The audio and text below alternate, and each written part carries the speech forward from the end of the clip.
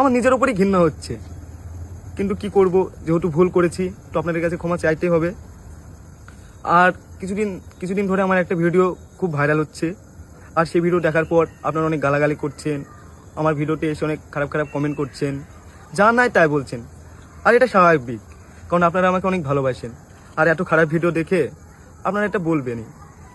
তো বলতে গেলে এই ভিডিওটা 1-1.5 বছর আগেকার ভিডিও। তো আমি আগের থেকে অনেক পরিবর্তন হয়েছি। আর আমি এখন সবসময় কাজ নিয়ে ব্যস্ত থাকি আর কাজের প্রতি অনেক ফোকাস দিচ্ছি। আর আমার কিছু বন্ধু আছে যাদের সহ্য হচ্ছে না, তারা চায় না যে আমি ভালো ভালো কাজ করি, তাই তারা এই ভিডিওটা ভাইরাল করছে আর ভিডিওটা পোস্ট করেছে। তো আপনারা এবার বলবেন কমেন্টে যে ভিডিওটা তোর এত পার্সোনাল ভিডিও, এত খারাপ ভিডিও তারা কি করে পেলো। তো বলতে গেলে আমার একটা বন্ধু আছে, রুবেল বলে নাম।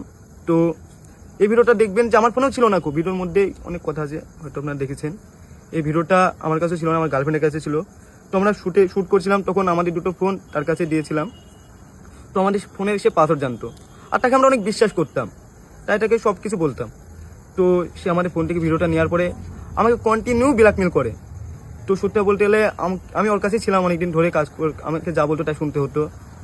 তো কি মনে হলো যে ও আমাকে ব্ল্যাকমেল করতে করতে আমার এত পরিমাণে রাগ হয়ে গেছিলো, সেজন্য আমি ওর সাথে কন্ট্যাক্ট করাই বন্ধ করে দিই।